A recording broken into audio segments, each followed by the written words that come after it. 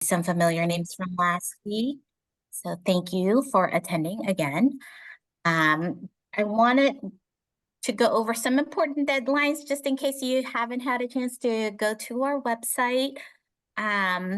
If someone can drop that link in the chat, that would be great, Grad Slam team. But just some important dates and deadlines to keep in mind. The very first important date to remember is this Friday. If you haven't already registered for Grad Slam, the deadline is this Friday. So that is, probably the easiest and lowest stakes step is to register for Grad Slam itself. So again, that's the deadline is this Friday. You have nothing to lose by registering for the competition itself. And you have to be a current enrolled student in winter quarter and good academic standing.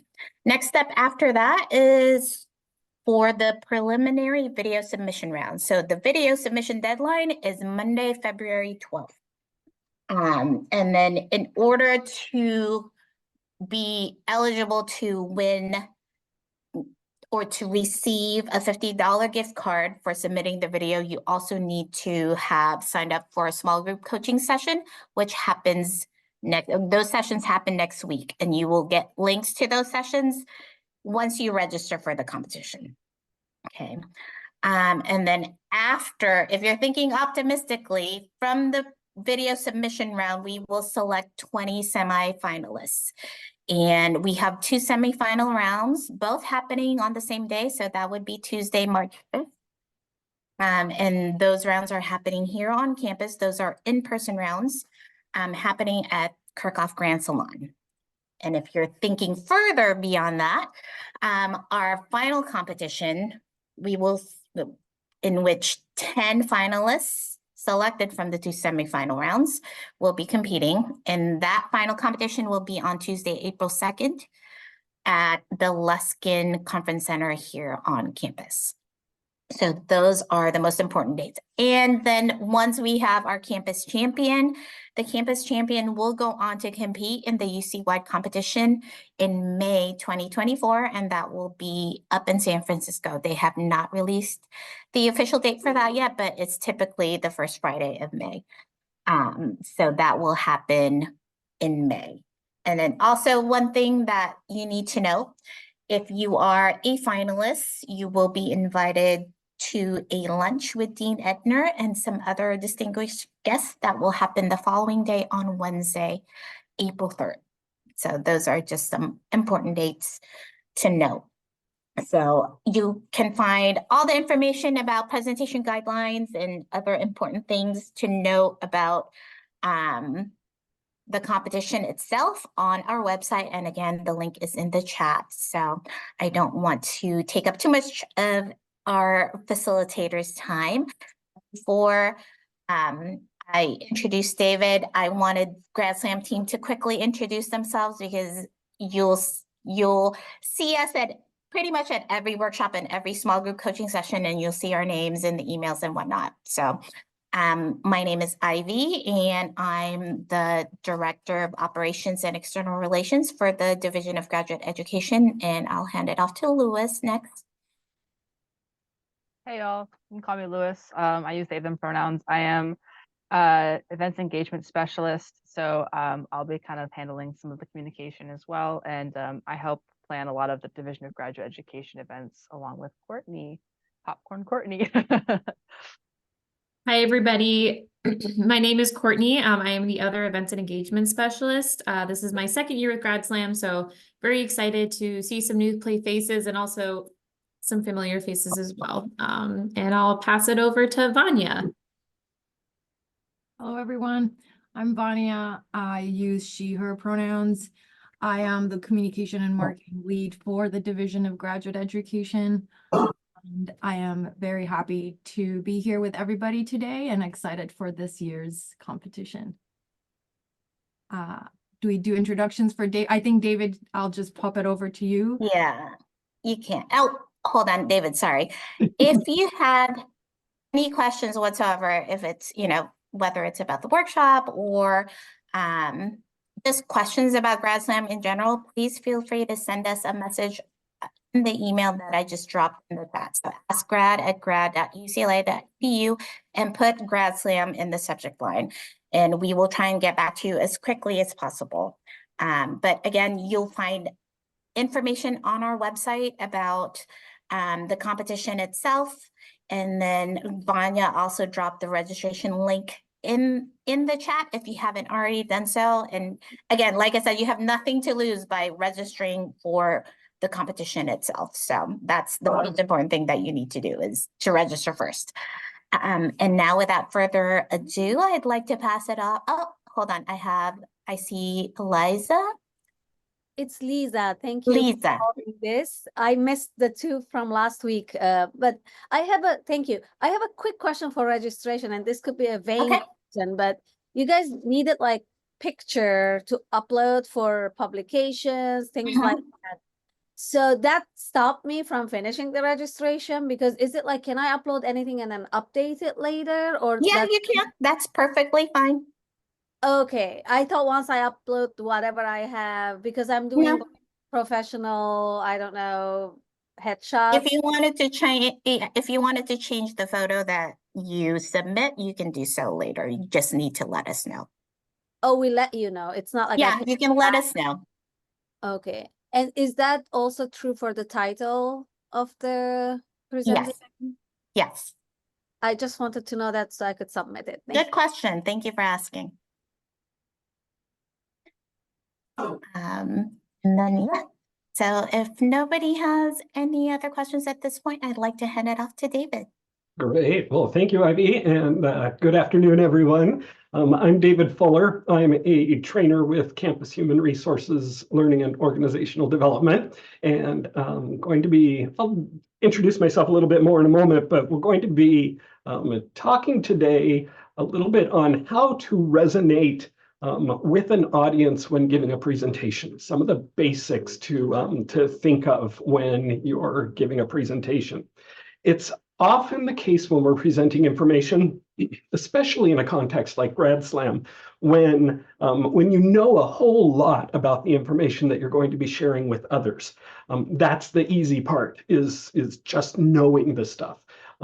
Sharing that information with people in a way they'll be interested in it and a way they'll learn, that others will learn from it. That's something else. That's the piece that we're digging into today. And there is a lot to think of when we think about being a good presenter, which I'm sure all y'all already know. There's certainly a wide range in this virtual room of experiences that people have had in presenting information. I want to take our time today to focus on two main areas to have in mind as you're presenting information to others. Some of the information may be new to you. Some of it may be old hat, just a refresher. In either case, this will be good for you to have in mind. Ahead of that, let me just tell you a little bit about myself. I joined UCLA just over 4 years ago, but I've been about 20 some odd years in learning and development. And that has been in several industries. I've worked in healthcare, higher ed here, social services, finance, entertainment, software, software startup.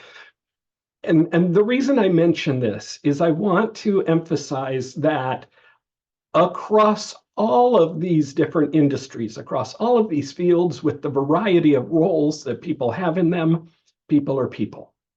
Right? Presentation skills, the core skills are the core skills. No matter what topic you're presenting on, no matter who your audience is, the core skills I'm going to share with you today are pretty universal.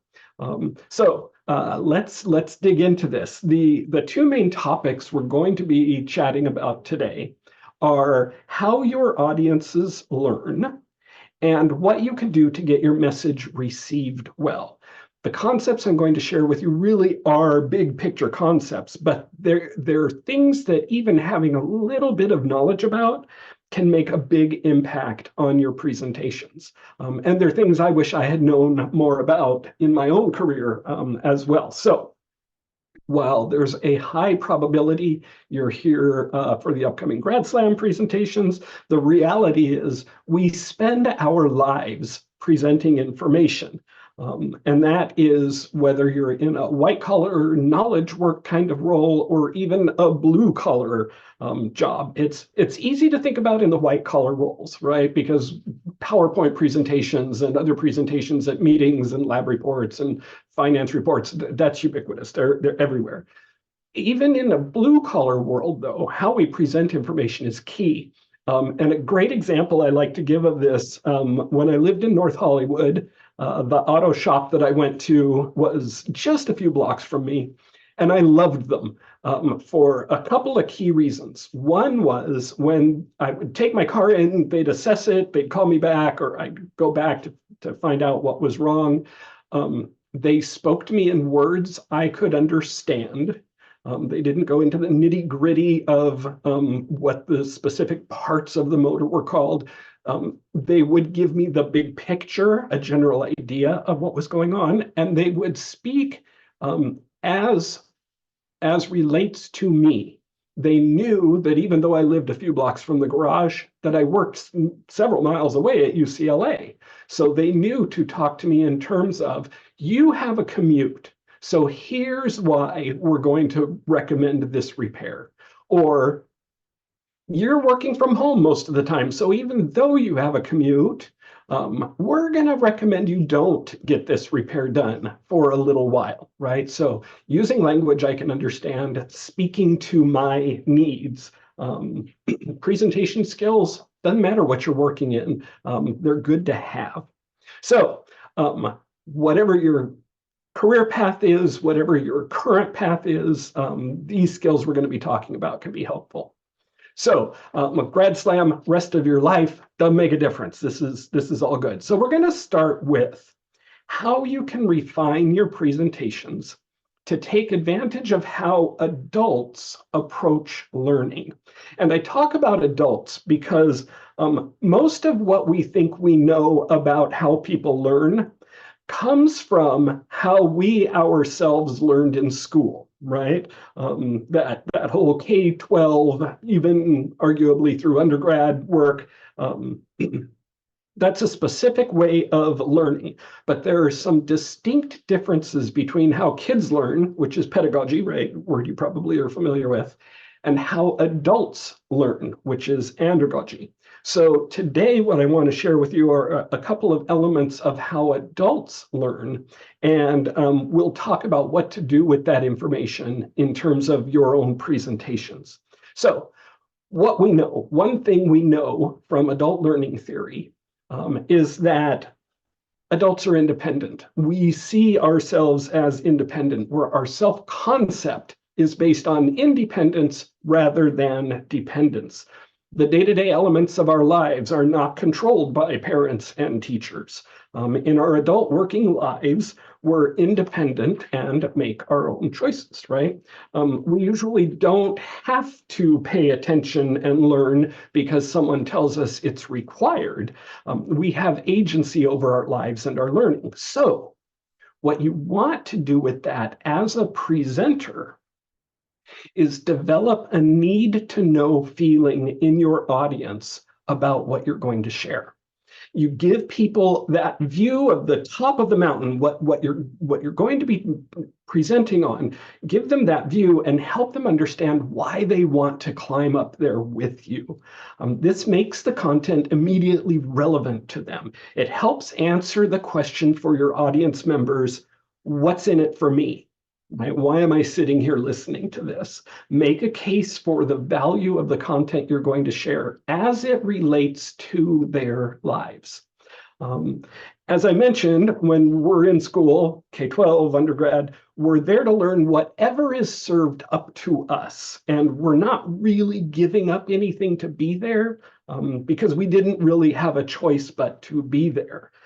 In our adult world, we're always trading off doing something else we'd like to be doing for doing this learning thing that we're doing right now. So most of us have to believe that this is going to be relevant to our lives before we agree to commit attention to it. Right? Too many presenters just jump right into their topic without making a case for why the audience should pay attention, right? And ignoring that is a great way to turn your audience off, or at least have a lot more trouble getting them to come along with you. Another side to this coin is that we adults are goal-oriented. If I'm going to spend time learning X, I want to get Y out of it, which brings us to the next tip. You want to make your content, the content of your presentation, or at least a portion of it, you want to make it problem-centered.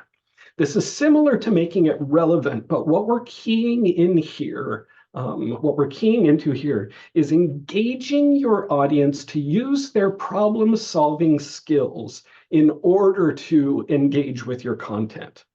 If you make your presentation, or at least part of it, problem-centered, this can really go a long way to helping to reinforce for people how they can achieve a goal by paying attention to what you have to say. For example, let's say you're giving a presentation on a set of previously lost sonnets by Shakespeare that you were able to uncover in your graduate work. Rather than just giving a "here new previously lost sonnets that I have discovered" presentation, you could think about key decision points in your research process and spend some time walking your audience through those decision points and invite them to consider what path they would have taken if they were the ones making each key decision. That puts them in the seat of trying to solve a problem. It's problem solving, and that's something that engages an audience.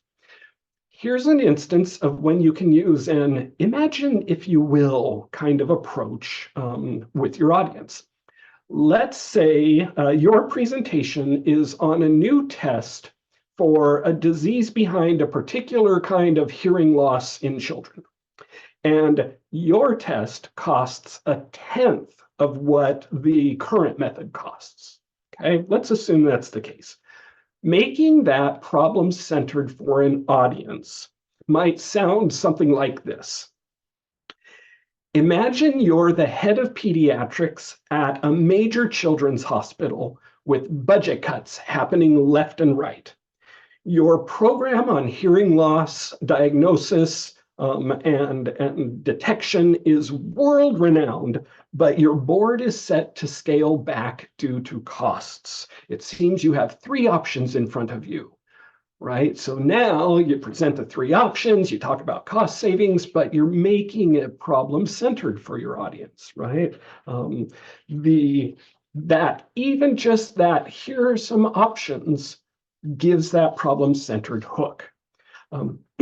One of the challenges when presenting to a general audience, well, to any audience really, is that attendees can tend to revert back to their school days, where they are just passively paying attention or not paying attention at all. Don't let that be. Engage your audience with your presentation to explore the learning, to solve a problem, to understand how to fix something that you are presenting information on how to fix. Lead them toward inquiry, right? Encourage them with ways to dig deeper on their own time afterwards. Maybe you're mentioning related topics or authors to research on their own time. Maybe it's case studies. And these aren't things you necessarily have to bring up in the presentation, especially when we're talking Grad Slam presentations, which are so tight time-wise. Maybe you mention things quickly or commit to making additional materials available afterwards. The key here, though, is to ask questions along the way, even if you don't have time to get answers back from the audience, which is very much a Grad Slam thing, right? Just no time for questions because I'm limited here. But even just asking the question, getting them thinking about what their answer might be, even though there's no time to answer it out loud, that's a way to engage. So let's take a moment to apply this concept to your own Grad Slam presentations. And we want to give you 60 seconds right now. And I want you to just jot down for your own Grad Slam topic, for your presentation, no matter where you are in having developed it. Maybe you've developed the whole thing, you're just putting final touches on it. Maybe you're just exploring this. I don't really know how I would present it yet. Doesn't make a difference. Think about your topic. And I'd like you to jot down how you could make at least one element of it problem-centered. I'll give you 60 seconds to do that, and then I'm going to put you into breakout trios, and you can share with each other in this trio. Here's how I would do this. Or if you can't think of how, you can ask your trio mates, how would I do this? So here's 60 seconds now. Think about your topic and jot down some notes on how you could make at least one element of it problem-centered. Okay, on your mark, get set, go. Managing your audience members' past, that past experience that they have, whenever it's possible, is something you can do to help your audience resonate more with the information you're presenting. Ask your audience, how could X apply to their own life, where X is the thing you're talking about, right? How would knowing X have made a difference in their life, or how might it make a difference in their life going forward? Their experience, again, it can be part of their self-identity. So the more you can connect that with your content, the more your content will resonate with your audience members. It's also really great if you can help your audience see how their experience might negatively impact them. This is a big one. What preconceptions might they have that impact what they believe that could impact what you are going to talk about? If we can catch people in a contradiction between their existing perception and what reality is, that can really help us capture their attention for our presentation. Each of us brings our own world of experience, our own knowledge to the table. We want presenters to respect that and to cater to it, to meet us where we are. And all too often, presenters fail at that. They forget that we've been around the block or a time or two. So when you can, involve that experience that your audience members have in your presentations. Ask them how they would use what you are presenting in their day-to-day lives. And again, you can ask that question even when you don't have time for them to answer it aloud. Even just asking people to think about what their answer to a question might be is a way to engage them in your topic. So let's repeat this process of applying this bit of adult learning theory to your own presentations by looking at how you can connect to your audience's experience with what your Grad Slam presentation will be about. I'm going to ask you to think about your audience and think about your topic. And I'll give you 60 seconds to jot down some notes on how you might be able to invite your audience to bring something of their own experience to what you're going to be talking about. And I do want to call out, this can be particularly challenging for Grad Slam. In other presentations, you might know your audience is all colleagues or all fellow professionals in the field. With Grad Slam, your audience is broad.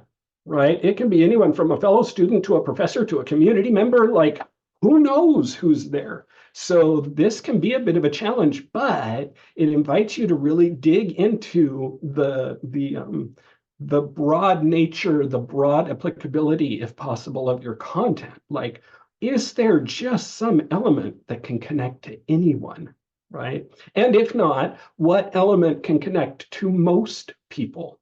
Okay, so here's 60 seconds. Think about your topic and jot down thoughts about how you might be able to invite your audience to bring something of their own experience to what you're talking about. Here's 60 seconds, and then we'll reopen the breakout groups. Welcome back. Welcome back. Now, the third bit of adult learning theory that I want to share with you that may help you out as you go into your Grad Slam presentations is this little bit here.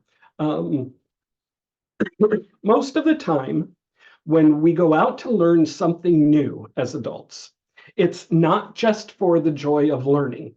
Most of the time, when we want to learn something new, we're learning it to do something with it now or in the near future.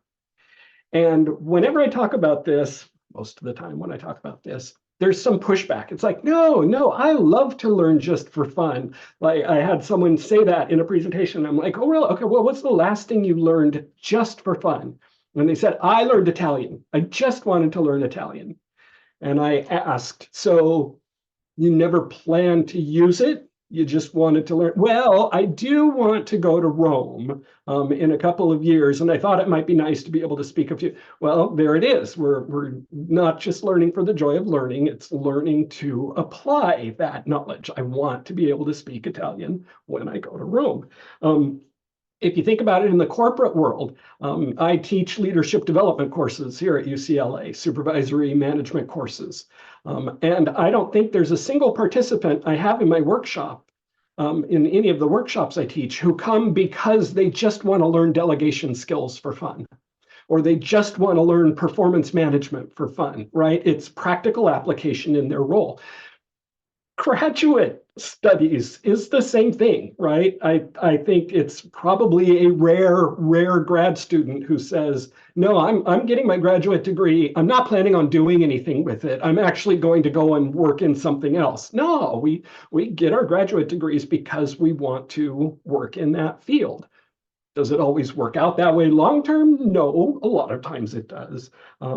But this is where it's especially good to know what your audience members can do with the information that you're going to share, to help make that clear for them. When they know that, they're much more eager to pay attention to what you have to share with them, right? Now, again, that can be really tricky with a Grad Slam audience, because what you're going to share 9 times out of 10 probably isn't applicable to their specific lives because they're not in the same field as you. But this is where you can use that imagine if you will approach to help put them in a place where they feel like they could apply it. Imagine you are an X looking for a way to do Y. Right? It puts them in the mindset of being someone who can apply what you're going to teach them. Asking them to imagine themselves in that situation where what you're saying is relevant can help them have that connection to your presentation that they might not have otherwise had. I touched on this earlier. I'll come back to it again. An audience is always thinking, even if they're not aware of it, somewhere in the back of their brain, they're thinking, what's in it for me, right? By using that imagine if you will approach to put them in a place where what's in it for them is in it for the person they're imagining themselves to be, that can help them resonate. So for more information on these 3 things that I just shared, adult learning theory is what you want to go out and Google. These were just a couple of concepts to a broad, there's much more to adult learning theory than this, but if you want to explore that later, that's what you want to Google. So let's move on to one other key area I'd like to get you thinking about, and that's learning styles. Hand in hand with adult learning theory for engaging an audience is helping your presentations resonate with them through how you serve the information up. Show of hands, or you can click on the thumbs up reaction button. Do I have any cooks in the group here? Anyone who loves cooking? I see a couple already. Okay, so and you don't have to love cooking at all to be able to relate to this. Let's say you're making a wonderful soup, going to spend hours working on a soup for some friends you have coming over. What do you serve it in, right? Might be a large bowl. If you're all fancy like, you might have a soup tureen, maybe right out of the pan. That's probably more my style, or out of the crock pot. But here's a question. Can you serve the soup from a pitcher? Sure. Could you serve the soup from a plate with just a little bit of a lip? Yes. Could you serve the soup by soaking it into a large sponge and then squeezing out a portion at anybody's place setting? Yes. All of these work, they don't all work as well as the others might. This is how I'd like you to think about how you present information, especially as we're talking about learning styles. There are more ideal ways than others to frame information to help it be most easily understood by an audience. First, I want to talk about the basics, which y'all may already know about, but I'll just cover it to play it safe. When we talk about learning styles, basically we're talking about three categories: visual learning, when you learn something by seeing it or reading it; auditory learning, when you learn something by hearing it; kinesthetic learning, when you learn something by doing it or touching it, some sort of motion involved. Those are the three learning styles. Side note, the ears here, auditory, when I found the clip art, I'm like, I've seen that ear somewhere. Where have I seen that ear? It might be a Vulcan ear. I think that might be where I saw it. No, it could be an elven ear. It might be sorry, just a little tangent there, clip art fun. Three ways of learning. Now, people definitely feel like they have a way they learn best.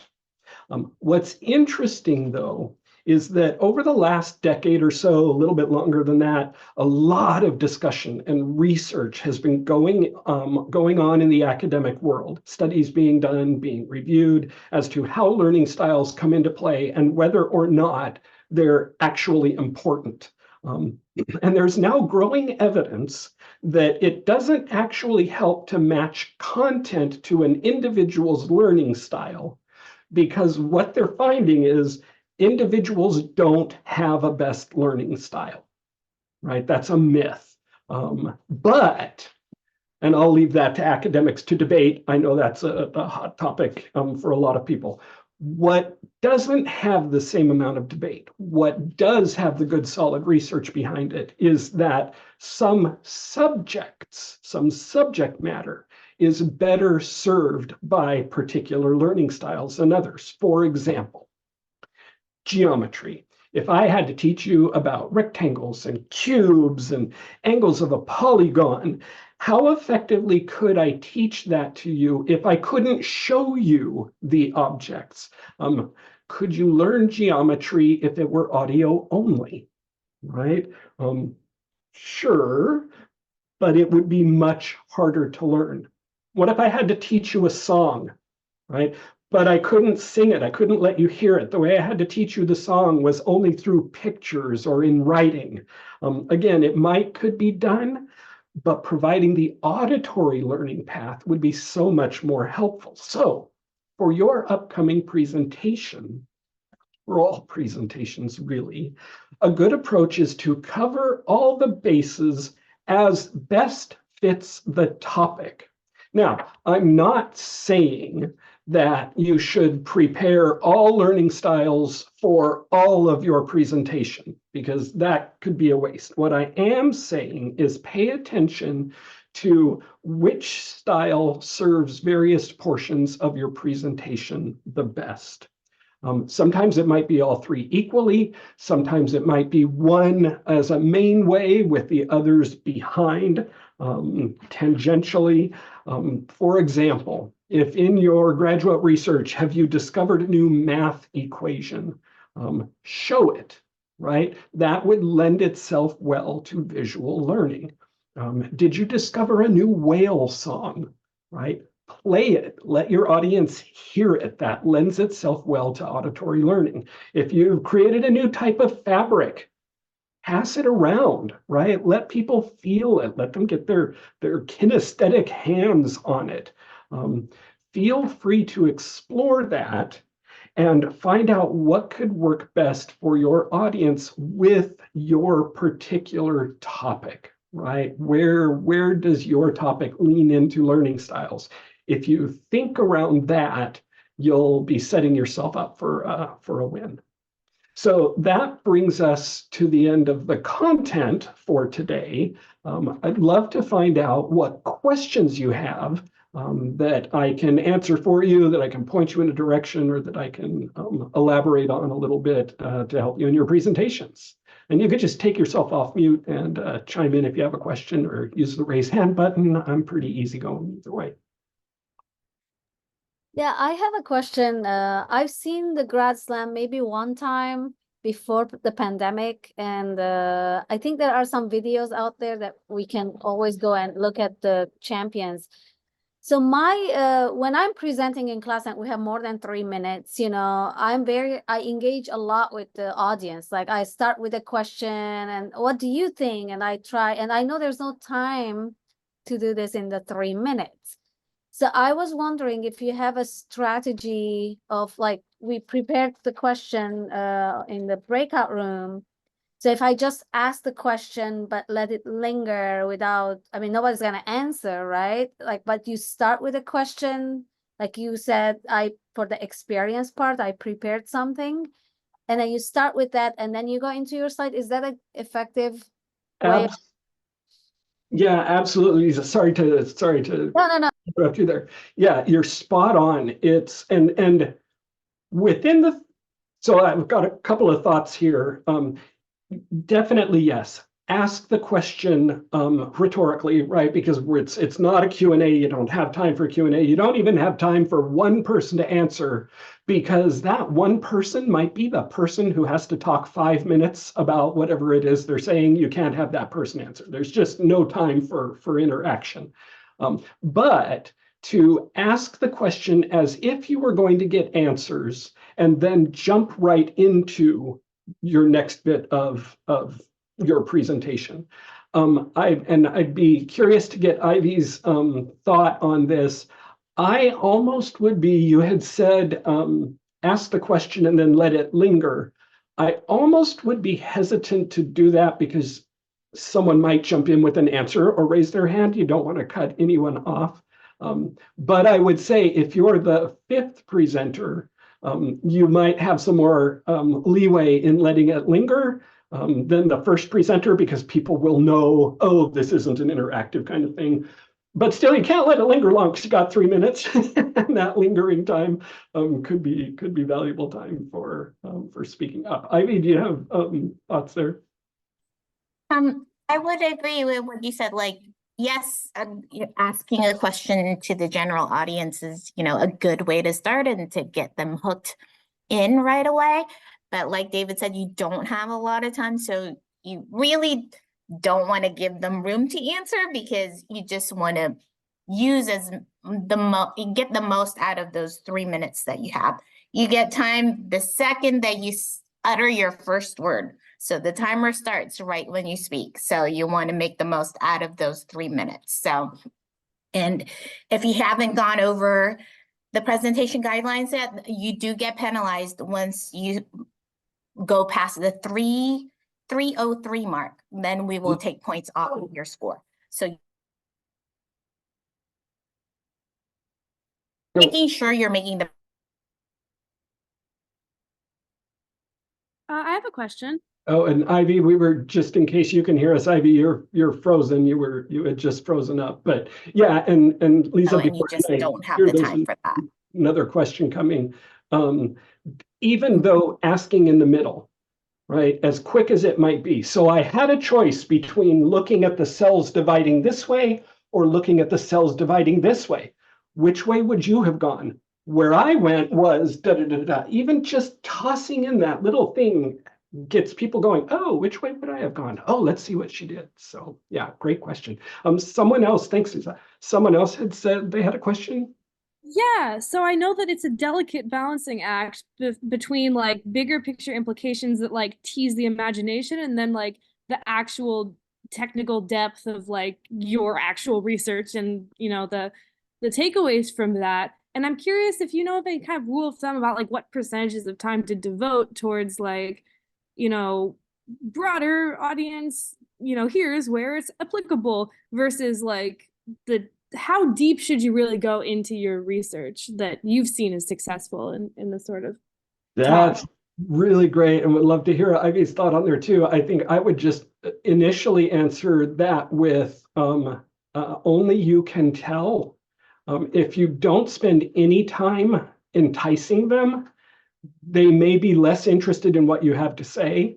The information you're sharing is rich.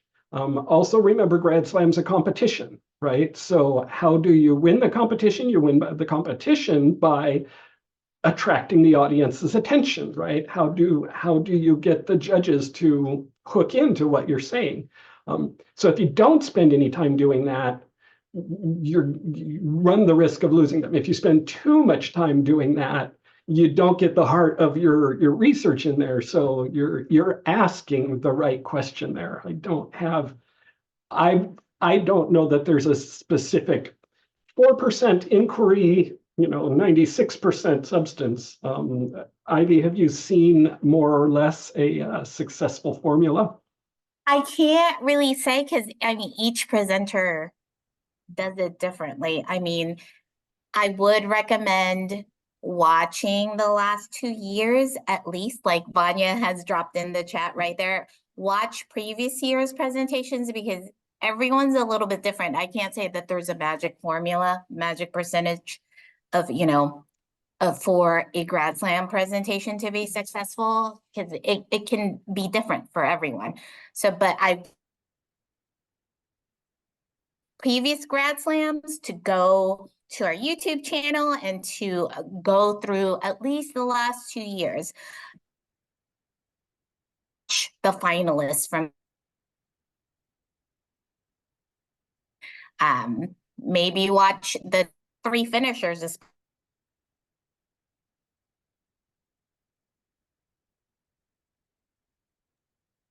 I may have. Oh no. Oh my And God. we lost you there again Sorry, for a so- moment, maybe. You may want to turn off your camera. That may help stabilize your connection there a little bit. In the meantime, yeah, Lisa. Sorry, that's a follow-up question to Stephanie. What could have stood out from the rest. But especially if this is your first Grad Slam experience, watch the videos and just to get a feel of how it's supposed to run and what